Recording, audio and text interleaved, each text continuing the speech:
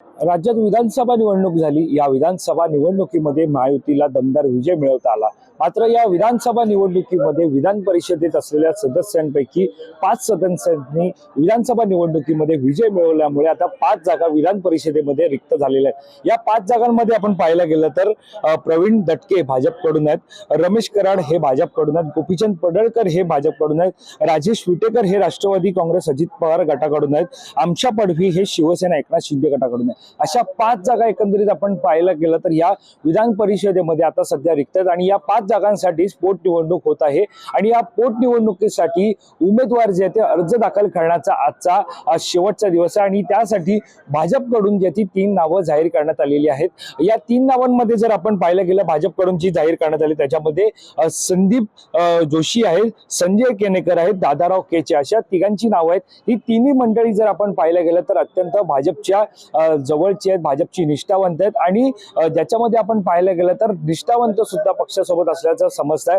दुसरीकडे ज्या 5 जागांसाठी ही पोटनिवडणूक होणार आहे या 5 जागांमध्ये केवळ भाजपकडूनच सध्या उमेदवार जे ते जाहीर करण्यात आलेले आहेत। मात्र शिवसेना आणि राष्ट्रवादी काँग्रेसकडून कोणताही उमेदवार जो आहे तो जाहीर करण्यात आलेला नाहीये। कारण ज्या प्रकारे आपण पाहतोय की या 5 जागांसाठी ही पोटनिवडणूक होत असली तरी 3 जागा या भाजपच्या वाटेला गेलेल्या आहेत, तर प्रत्येकी एक जागा ही शिवसेना आणि राष्ट्रवादी काँग्रेसच्या वाट्याला गेलेली आहे। त्यामुळे निश्चितच आपण पाहायला गेलं तर ही पोटनिवडणूक जी आता होत आहे त्या पोटनिवडणुकीमध्ये शिवसेनेकडून आणि राष्ट्रवादी काँग्रेसकडून कोणाला संधी दिली जाते हे पाहणं महत्त्वाचं करणार आहे। याशिवाय जर आपण पाहायला गेलं तर निश्चितच या पोटनिवडणुकीकडे महायुती असो महाविकास आघाडी असो सर्वांचं लक्ष लागलेलं आहे। कारण विधानसभा निवडणुकीमध्ये ज्या प्रकारे आपण पाहतोय निकाल लागला, हा निकाल महायुतीच्या बाजूने गेला। महायुतीच्या बाजूने निकाल गेल्याच्या नंतर ज्या प्रकारे पाहतोय की जागा रिक्त झालेल्या होत्या त्या रिक्त जागेवरती ही पोटनिवडणूक आता होत आहे। साधारण आज सोमवार 17 मार्च आहे आणि या विधान परिषदेच्या पोटनिवडणुकीसाठी अर्ज दाखल करण्याचा आजचा हा शेवटचा दिवस आहे।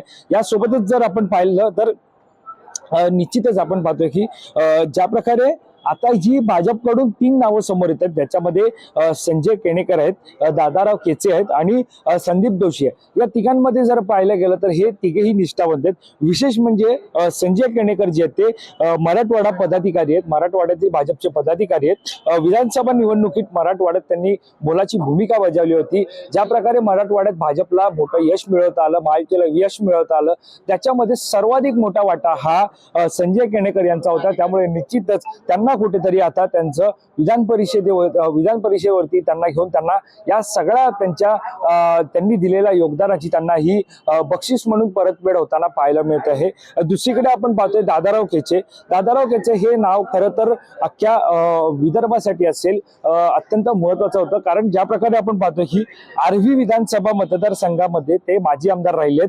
याशिवाय फडणवीस यांचे पीए सुमित वानकडे यांना या मतदारसंघातून उमेदवारी दिल्यामुळे ते एकंदरीत नाराज होते। मात्र त्यांना विधान परिषदेवरती घेऊ असा शब्द मुख्यमंत्री देवेंद्र फडणवीस यांच्याकडून विधानसभा निवडणुकीच्या पार्श्वभूमीवरती देण्यात आला होता आणि त्यानुसारच आता शब्द तो पाळत असल्याचं देवेंद्र फडणवीस हे पाहायला मिळतं आणि निश्चितच त्यांचं जे उमेदवार म्हणून त्यांचं नाव जाहीर केल्यानंतर विधान परिषदेत त्यांची निवड केली जात असल्याचं पाहायला मिळतं। मात्र ही निवडणूक बिनविरोध होणार का हे पाहणं महत्त्वाचं राहणार आहे। याशिवाय दुसरीकडे आपण पाहतोय की संदीप जोशी जर पाहायला गेलं तर हे नागपूरमध्ये सर्वाधिक मोठं नाव आहे। कारण माजी महापौर ते नागपूरचे राहिलेले आहेत। याशिवाय स्टँडिंग कमिटी म्हणजे नागपूर महापालिकेच्या स्टँडिंग कमिटीचे माजी अध्यक्ष सुद्धा ते राहिलेले आहेत।